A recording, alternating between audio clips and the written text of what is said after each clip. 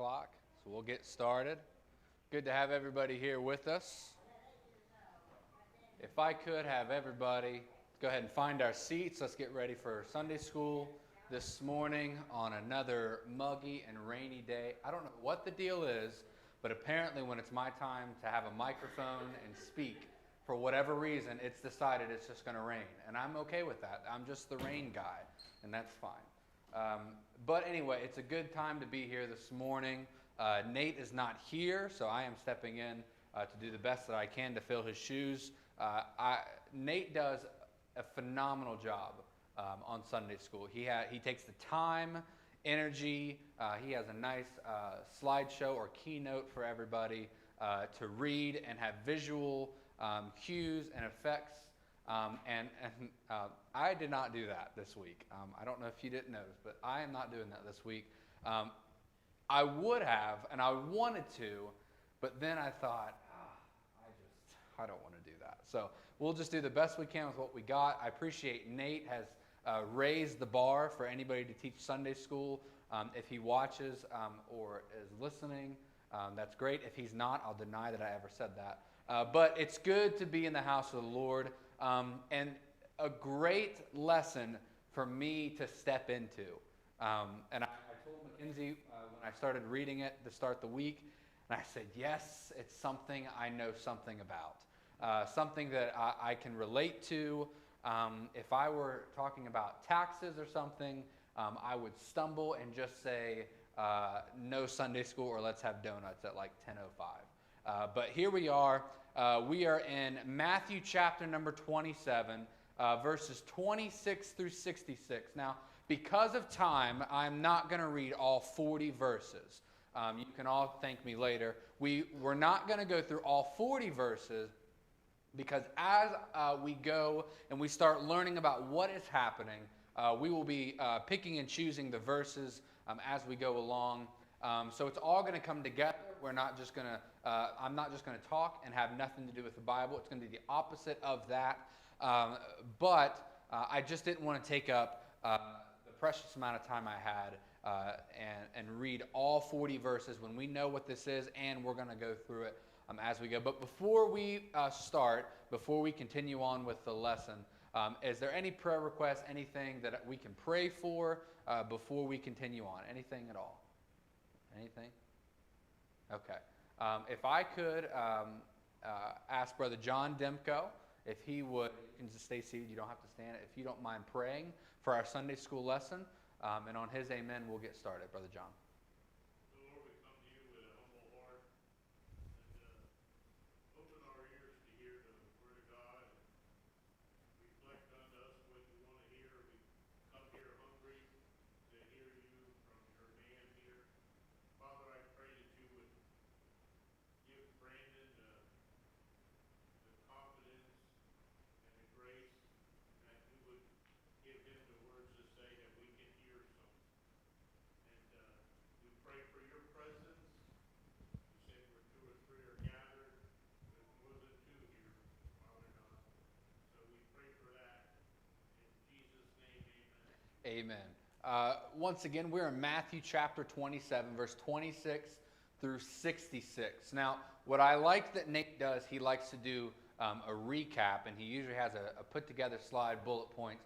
But basically where we're coming from, we are coming from the trial and betrayal of Jesus. We are coming from the soldiers taking him, Judas betraying him, and now we are at the point of Scripture where all that has been prophesied about the King of Kings and the Son of God dying on a cross for us and paying the debt, we are coming to that point in the Scriptures here in Matthew chapter number 27. Now, it was considered an illegal trial by the Jewish court, but that trial was not to kill or crucify Christ because of one thing.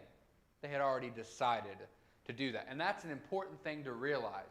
While that was going on, the decision of whether those people wanted to kill Christ was not an argument. That was something they had all decided as a group from top to bottom, that Christ had to die.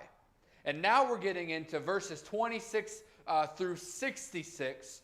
And what we're getting to is they have now brought Jesus to Pilate, the Roman governor. It was considered to be early in the morning. A Roman official began his working day at daylight, or around 6 a.m. John wrote, Then led they Jesus from Caiaphas unto the hall of judgment, and it was early, and they themselves went not into the judgment hall, lest they should be defiled. The reason why they did not want to go inside a Gentile residence was because they would not be able to take of the Passover later that evening. They had already decided, we are not going to go in the halls of Pilate because they wanted to partake of Passover. So what we are learning here is these leaders, these men that were taking Jesus, were from the get-go hypocritical. They did not want to kill the King of Kings and the Lord of Lords without taking some sacrifices. They wanted to kill him, but they decided, well, we want to take Passover, so let's do the right thing, and let's not. So I'm reading that, and I'm like, you got to be kidding me. So when Pilate went out to them and asked what the charge against Jesus was, this is all they could say. John 18, verse 30. If he were not a malefactor, we would not have delivered him unto thee. It appears that they did not want Pilate to have a real trial. All they wanted was Pilate to say, sounds good, and move on. That's what they wanted. If they could not even describe what he did, then that tells me, all right, listen, Pilate, we want this man killed. We're bringing him to you. Can you just do it and just not say anything? That's basically the idea. That almost the sweeping under the rug, as we've heard that phrase before. They wanted the rubber stamp the verdict and have the man crucified. When Pilate told them to take Jesus and judge him according to their law, the Jews replied and said this: it is not lawful for us to put any man to death. They brought Jesus to Pilate for a charge they did not have. They just wanted him to die. So it says, when Pilate said that, told them to take Jesus, was Pilate telling them to stone Jesus? We don't know, but John made clear the purpose of it all, explaining that the saying of Jesus might be fulfilled, which he spake, signifying what death should he die. Jesus would be crucified in order to fulfill Scripture. Pilate's personal examination of Jesus must not have been a frustrating experience. He had no love for the Jewish leadership and knew they were up to no good. The primary cause or charge or accusation which the Sanhedrin took to Pilate was that Jesus had made himself king. And you can find that in Luke chapter number 23, verses 1 and 2. This was something that would be of interest to the Roman authorities. Any threat that they might feel, any threat that against Rome was taken seriously. So when Pilate asked Jesus if he were a king, Jesus said, "Thou sayest it." That's in Mark 15:2, Luke 23:3, John 18:33 and 34. But for the most part, Jesus was unresponsive. Jesus would not answer. He would not speak. And I found that so amazing that when I get in an argument with my wife over something, I fight until the death. I mean, I will go. I mean, I might be wrong from the start. But this man is going to be crucified, and he is almost radio silent. That's just astounding to me. He was unresponsive, so much that Pilate marveled. He was amazed, just like obviously I am. Jesus did tell Pilate that his kingdom was not of this world. So what did he say? He said, Pilate, and not these words, Pilate, yes, I do consider myself king, but not of this. I consider myself a king of a place that you have not seen, that's not of this world. And he said this. I love what Jesus says here. He told Pilate his kingdom was not of this world. If it had been, his servants would have fought. What's he saying? If I felt I was a king, don't you think I'd have an army? Don't you feel, listen, even the leaders of this world, when they meet together, don't you understand that if they are convening together, that if something went wrong, they know they've got an army backing them. And didn't they think that, especially in this time, that if he considered himself a king, a real king to go up against the leaders of that time, don't you think he'd have an army? I mean, maybe a spear, something. Come on. So that's interesting to note because they continue to clamor for his execution, but Pilate didn't see it. So when they referred to Jesus as a Galilean, that was Pilate's opportunity that he then sent him to Herod.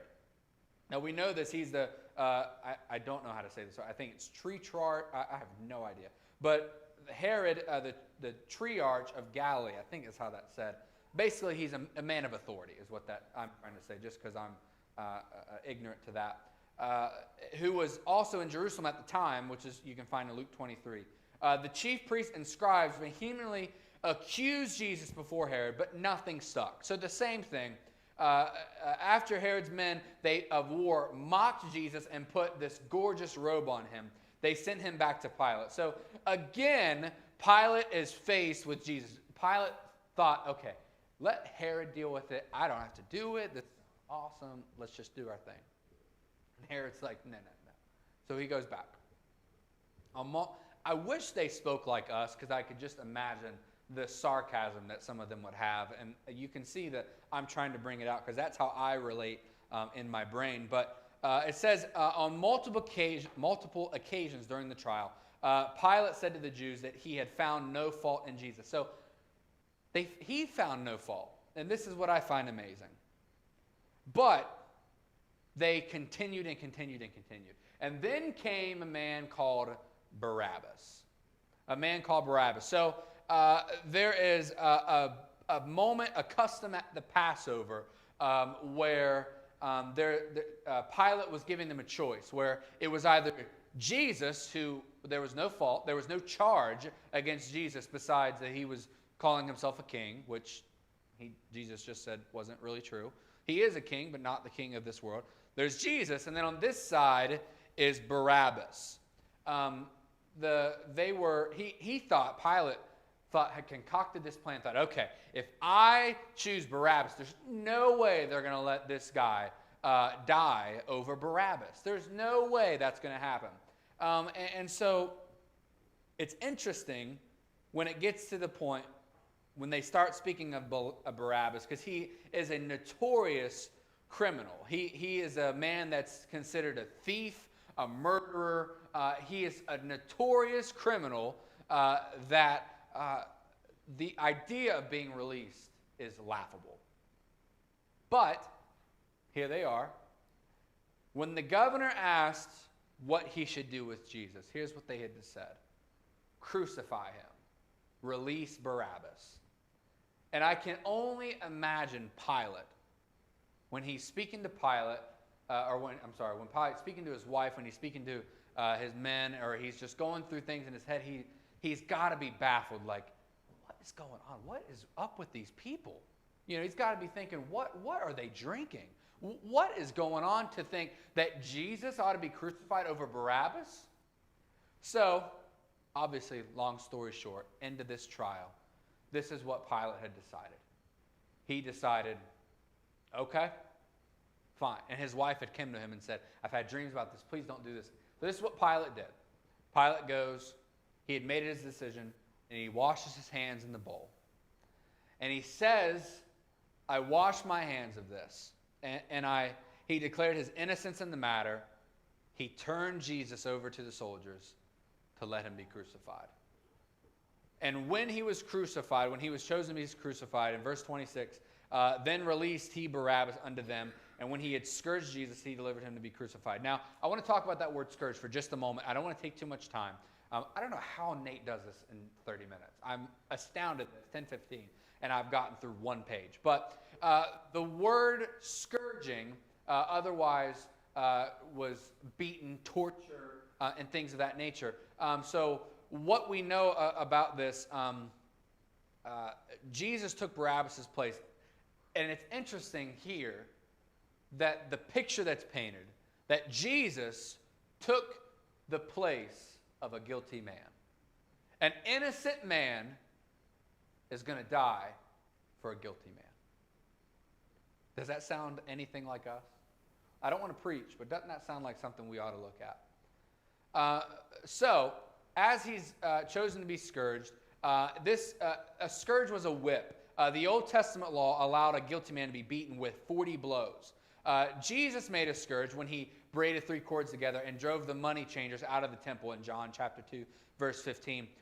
The Romans used scourging as an interrogation method. However, it was unlawful to scourge a Roman citizen who was uncondemned. And so the scourge or the whip used to whip Jesus consisted of potentially numerous cords. The ends of the cords were knotted or weighted with pieces of metal or bone. At times, the scourging was so severe that the victims would actually die from the scourging instead of the actual crucifixion. But they would die. At times, okay, I said this. Isaiah prophesied of the Messiah, saying, "As many were astonished at thee, his visage was so marred more than any man, and his form more than the sons of men." In other words, Jesus' scourging was so brutal that they literally looked at him and gasped. They were shocked. They were terrified. Some probably did not even recognize who this man could be. So we're talking about him being scourged and things like that. And I don't want to go too far into this, but during this time, this is how they treated our Jesus that we worship and that we're about to sing and preach about, okay? So before we start talking too much about how good God is and all the great things, Jesus had to suffer so that we could do this, right? Jesus had to suffer so that I could put on this nice suit that my wonderful wife picked out, this tie that matches her, and everything that we think looks so nice to where we could wake up and have a great morning or a rough morning or a rough Saturday night in some cases or a good Saturday night. And what I'm talking about is we are singing, preaching, learning, fellowshipping because one man was beaten, battered, and destroyed.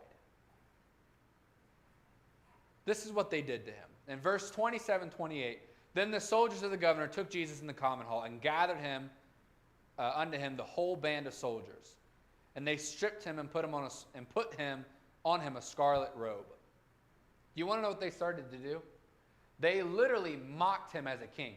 You know what they did? They gave him this reed, the crown of thorns that we know so much, that they plaited on his head, and with every blow, the thorns go deeper into his skull and his brow, and blood rushing down. So on top of the scourging this man was going through, now we're talking about a crown of thorns that is making him bleed literally from head to toe. So they put this crown on him, they stripped him of his garments, and they gave him this robe. And at times, this is what, now I don't know that this is necessarily true, but the writer here put it to you like this. If they were treating him like a king, imagine him being beaten, and imagine those soldiers sitting Jesus down. I'm going to sit down and just show you. Just like this, how a king would, upright, with a reed in his hand, crown on his head, and a robe. And I can only imagine the mocking that ensued. Imagine him with his reed, standing beaten, battered, blood, and all of those soldiers bowing and mocking and disrespecting the man that we praise every single day.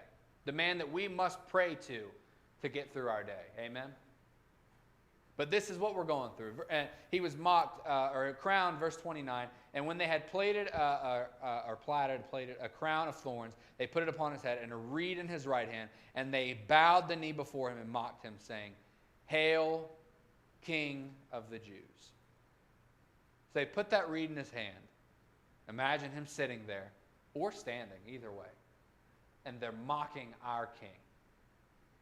And then it has been observed by some commentators that since thorns and thistles were a result of Adam's fall in the garden, and thus a symbol of man's depravity, and the crowning of Jesus with the thorns was a picture of Jesus taking the sins of men upon himself. So this is what I have, just my personal opinion. Every single person in here has probably doubted whether or not this is true. They've probably said to themselves, there's no way, because we're human, there's no way that this man could go through this and in 3 days be resurrected. There's no way. But when we start reading these scriptures, and I wish I had this picture. That's the only time I wish I had this slideshow. There was a picture of, and it had chapters and books of the Bible, and it had lines going each and every way. And it says times that verses were cross-referenced. And the entire map was covered because this book is so intertwined with things that work day in, day out when we read things that happen in the New Testament that work exactly what they talked about in the Old Testament. And so back Adam and Eve and the thorns and thistles, and that be the picture of them and fall and the depravity and sin of man. That now our Jesus is being plated with a crown of thorns is unfortunately picture perfect. It's something that we don't like to see, we don't like to talk about, but it's real. It's something real. So it's this concept of this Bible is all inspired. This Bible is all preserved. And it is exactly the truth. So then we get into verse 30 and 31, and I'm trying to hurry. I know that Sunday school is hard. For me, I won't tell you my feelings, but I have a hard time with Sunday school. So I'm doing the best I can to picture this in a way that would work for me. But I have ADHD and ADD, so I got to talk a lot about this stuff. But in verses 30 and 31, this is so interesting to me. It's not supposed to be, but it's so interesting to me.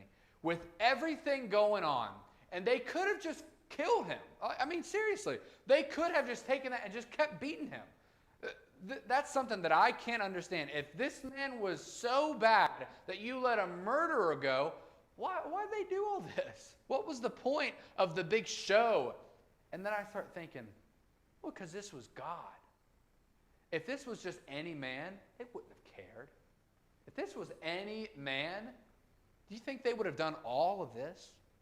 Do you think all of these people that wanted him dead would be so irrational that they wouldn't even give good reasons? They would just say, well, we brought him to you, so we wouldn't have. I mean, that's like a middle schooler's explanation for like why you got detention. Well, I mean, I just did, so, you know. And so I start reading this, and I start reading in verse 30, 31, and they spit upon him and took the reed and smote him on the head. So with the crown of thorns, now they're hitting him on the head. And after that, they mocked him. They took the robe off him and put his own raiment on him and led him away to crucify him. So one of the most insulting things was for them to spit on a man. It was one of the most insulting things that one person could do to another. They were doing so much to just mock him. And I want to read this, the horror of crucifixion. Execution by Roman crucifixion was considered the most horrible way to die. It extended both torture and shame and lengthened the painful process of death. Outside of Palestine, someone being crucified would have remained on a cross fighting pain, fatigue, and asphyxiation for days. For hours upon hours, the death finally came through suffocation. However, the Romans wanted such scenes to be on main thoroughfares, so the local populace would closely witness what would happen to those who challenged them. The condemned would be stripped naked, and nakedness in execution drew further shame. In Jerusalem, crucifixion would have occurred in front of Calvary, displaying a frightening backdrop to the horror-filled scene. So now we're here at the point where they're leading him to crucifixion. So they're going to a place called Golgotha. It is considered or known in Greek, translates as a place of a skull. In Luke 23:33, they translate the Latin word Calvary, that also means skull place or skull storehouse. It appears we should understand Golgotha as a commonly known nickname for a place known outside of Jerusalem. The place was known as Skull. Why the hill had this name remains unsettled. It might have been because it was a hill shaped like a skull, but it's not certain. So usually, just so we know, when they are leading a man to crucifixion, there were 4 soldiers that were usually entrusted with the responsibility. So there's usually 40 soldiers during the scourging, and they had 4 for the crucifixion. I guess they just thought, okay, well, we needed 40 to beat him up, so we'll just have 4 to finish the job. I don't know how they picked that stuff. But it's just interesting. It was up to those soldiers to get the condemned to the site of execution and secure him to the cross. So it was all on them. They chose everything. They had such liberty, they could do what they wanted, but they had to get him to the cross. If they needed help, they would conscript someone.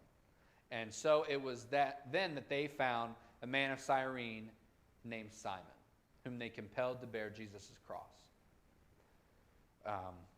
Luke says they came to a place called Calvary, which is Latin for skull. We already went through that. The place where Jesus was crucified was outside the city walls of Jerusalem, so the translation maps out there. This is important to note because Jesus' death outside the city fulfilled yet another Old Testament picture.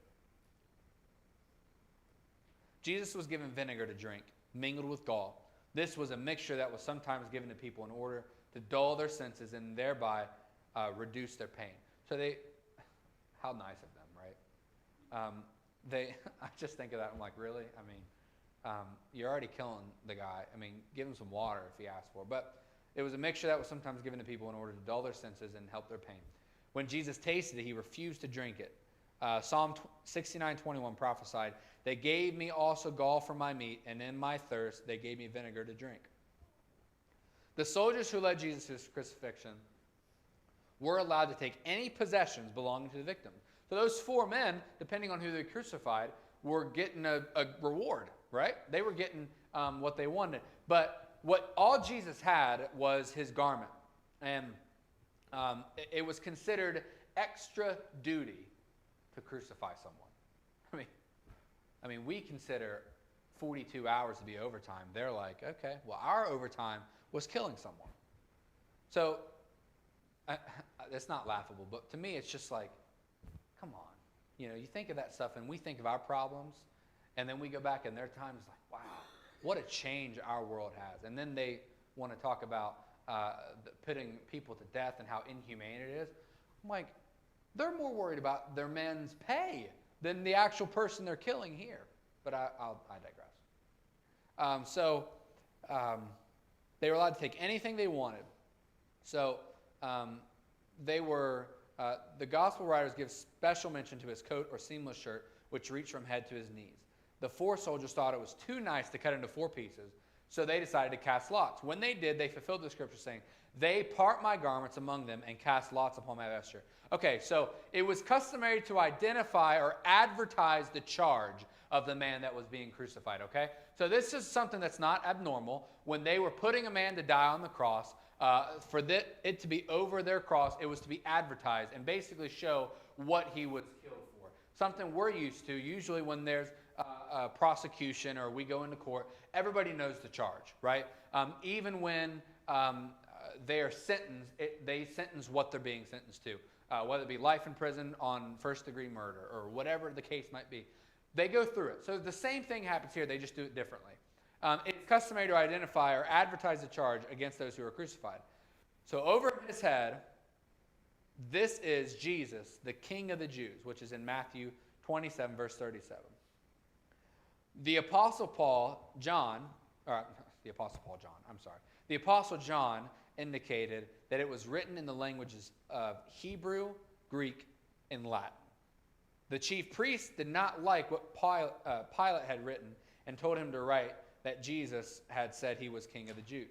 So they didn't like it, but Pilate refused him and said, what I have written, I have written. So then we go to the two thieves, and I'm trying to hurry. There's so much information, and I'll be done here soon. There were two thieves on the cross with him. I've preached this message. I love this message. One man was mocking Jesus, that if you're the Son of God, why don't you just get off? The other man is saying to the other guy, and remember, he railed on and vilified him. The other man is saying, don't you fear God? This is the Son of God, and he is hanging on a cross for something he didn't do. At least we deserve it, right? That's basically what he says here in Matthew. And they're talking about this. Luke 23:39, if thou be Christ, save thyself and us. Another said, dost thou not fear God, seeing thou art in the same condemnation? And we indeed justly, for we receive the due reward of our deed. But this man had done nothing amiss. So I just want you to remember that he was not alone up there. But those two men deserved it, right? But Jesus didn't. So, man, I am losing so much time, but I have to get through some of this. Give me 1 second. Okay. So, verses 39 through 40, I want to go through, he was reviled and mocked some more. Verse 39 and 40, and they that passed by reviled him, wagging their heads, and saying, thou that destroyest the temple and buildest it in 3 days, save thyself. If thou be the Son of God, come down from the cross. So again, they're mocking Jesus. And again, they're doing so much here to get to go against him. They had false prophets, false witnesses, saying things that he had said that he did not say, or that he didn't have the intent to say. But I want to go quickly through. Jesus was brought, the king's words in 46 through 50. Jesus was brought by the Sanhedrin to Pilate at 6 in the morning. He was crucified at about 9. Okay, so all this is going on. He was on the cross for a total of 6 hours. The darkness that overcame the land began at noon and lasted until about 3. So there are some things to remember about the darkness, okay, that I wanted to get into because I had no clue about this and was very ignorant to this fact. Let me do this. Afternoon, at which Jesus gave up the ghost or dismissed his spirit. Verse 46, and about the 9th hour, Jesus cried with a loud voice, saying, Eli, Eli, lama sabachthani. I'm not sure how to pronounce that. That is to say, my God, why hast thou forsaken me? Something we've all heard. My church used to put on a play, and that was Jesus' big line. And in that moment, it always shook me even when I was young. From the 6th hour until the 9th hour, there was darkness over all the land. Verse 45. This darkness was supernatural in its origin. People would say, well, it could have just been an eclipse. It could have just been this. But it couldn't have been. An eclipse does not last for 3 hours in one place. Nor does an eclipse occur when there is a full moon as it would have been at Passover, right? So we know this is Passover. So all of that's debunked immediately. That's wrong. Okay. The question is, why was there such darkness? One suggestion is that at crucifixion, Satan enjoyed his greatest success. And the darkness on the earth indicated that the time had come for the prince of darkness to prevail. Another suggestion is that the darkness was a sign of God's judgment. Darkness will also be a harbinger of the wrath of God, which is still to come upon the world in the last days. So a couple of different things you can go there. It's either God was turning his back and it was the wrath of God, or it was Satan showing his darkness and feeling he was ready to take over, right? Such an amazing picture, and just, it was unbelievable. So I wanted to go through this quick. I'm going to skip over a couple things because I'm losing some time, and I want to get through all of this. The graves were open. So let's go in verse 52 through 53. At the time of Jesus' death, there was an earthquake. This earthquake caused deep fissures in the rocks and caused graves to be opened. Their graves were not like our graves. They buried in what we would call caves, and used a rock to cover the entrance. The earthquake exposed those burial sites. Matthew wrote, and many bodies of the saints which slept arose. Matthew is the only one of the four gospel writers who mentioned this event. Frankly, this is the writer, wish he could have explained a little more about it. Many of those who slept or who had died arose. They were resurrected. They received an immortal body. After the resurrection of Jesus, they went into the holy city of Jerusalem and appeared unto many. Since Jesus was resurrected on the feast of first fruits, and is himself the first fruits of the resurrection, back in 1 Corinthians 15, 20, and 23. Those who resurrected at that time might be viewed in the same light. There is a greater harvester or resurrection yet to come. We are not told how long these remained in the city, but we assume they went to heaven shortly thereafter. So, interesting. And you know what? This so frustrates me because I love this. And now Nate gets to come next week and talk about the best part of all of this. I got to talk about the man getting beat up and bloodied, and he gets to talk about the good stuff. So Nate, wherever you're at, feel free to stay for a little bit longer. And so I'm just kidding. But it's exciting to learn so much about this. It's not exciting what happened, okay? And if I'm making light of it and it is offensive, it's not what it is. What I find so interesting, it's exciting because I already know what happens. I already know that after all of this, which just proves how good God is, that what the next lesson is going to be about. I already know that. But it's so interesting to learn about all of this, to learn about their culture, learn about the prophecies being fulfilled, and things that are going on, okay? So in verse 54, when the Roman centurion who was in charge of the crucifixion and those who were with him saw what happened, the earthquake, and the things that which were done, they were terrified. And they said, truly, this was the Son of God. If I were there, do you know how smart aleck I would be? I'd have been like, well, duh. Mike, I could have told you that. Right? That's the smart aleck side coming out of me. This in verse 54. The centurion came to understand what the religious leaders had failed to understand. Jesus was no ordinary man. He is, in fact, the Son of God. I can imagine the centurion, who's a soldier, has seen men crucified before, perhaps on many occasions. However, he had never witnessed anyone speak and act as Jesus did while hanging upon the cross. Nor had he ever witnessed any phenomenon like what we saw or what he saw on that day. Okay, so I want to go through this 55 and 56. The women watched. The Apostle John testified that he saw what happened that day. Others who were there included women who had followed Jesus from Galilee and had ministered to him. Luke recorded that all his acquaintance and the women that followed him from Galilee stood afar off, beholding these things. Included in the number of women also Mary Magdalene and Mary, the mother of James and Joseph, and the mother of Zebedee's children. Mary Magdalene was the woman from whom Jesus had cast out 7 demons. The other Mary was the mother of James the Less and Joseph. The third woman was the mother of Zebedee's children, James and John. Mark identified her as Salome. The body was, so it's just interesting to know who is here. The body was secured from 57 to 61. And from this point, we're almost done, but I have to get through this part because it's so important. When Pilate was satisfied that Jesus was dead, he gave the body into the care of Joseph. Words are tough this morning. A member of the Sanhedrin who had believed on Jesus.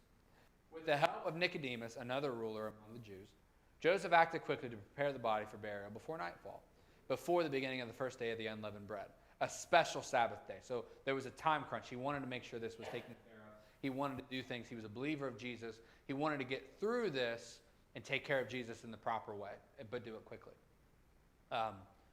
Joseph placed the body of Jesus in his own tomb, a new tomb in which never man yet was laid. That's interesting. He got his own tomb. No one had been there, and it's his own that no man had laid there. When they had done so, they rolled a great stone over the entry and left. So now verses 62 through 66. So now we understand Pilate gave the care of the body of Jesus to Joseph. Nicodemus helped. And now we're at the final part before we get into the good stuff, into the meat of what's going to happen. The tomb was guarded. The chief priests then came to Pilate and said to him that they remembered Jesus, whom they called that deceiver, in verse 63. He would rise after, they noticed that the deceiver, and they remembered him saying that he would rise after 3 days. They implored Pilate to command that the sepulchre or grave be made secure until the third day. So they were going to him, and the chief priest was saying, listen, this is what Jesus said. It's interesting that they're that worried about it when they thought Jesus wasn't really the Son of God, but nevertheless. So they thought, okay, this is what he said. This is what he had preached to people, that he was going to come up on the third day. So Pilate, can we please make sure this is secure, at least until the third day? After that, it doesn't matter. After that, it's okay, but we have to make sure it's secure up until the third day, right? They just wanted to make sure. They were a little uneasy. You think they just killed the man. You think they'd be a little bit more settled, but they weren't, and for good measure. They said he'd rise, so they implored him. Otherwise, the disciples of Jesus might come. They also were worried that his disciples might come and steal Jesus' body, which is interesting, and report that he had been raised. So they just didn't want false teaching.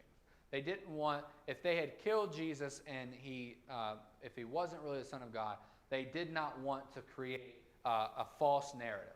So they had decided, okay, so he had said he was going to raise on the third day. So either he's going to raise on the third day, and man, we're in trouble. Or we do not want his disciples to take him, steal him, and then have this false narrative, and then say that he's alive and he's risen, and then they look bad, right? So either way, they didn't want to look bad. That was that I feel is the root of that. And report even. So they said, so the last error shall be worse than the first. Pilate gave them what they wanted, and it says this: they went and made the sepulchre sure, sealing the stone, sealing the stone, and setting a watch. Ironically, what the chief priests did was just the opposite of what they intended. By securing the tomb and guarding it with the soldiers, they removed any and all possibility of rationally denying the resurrection.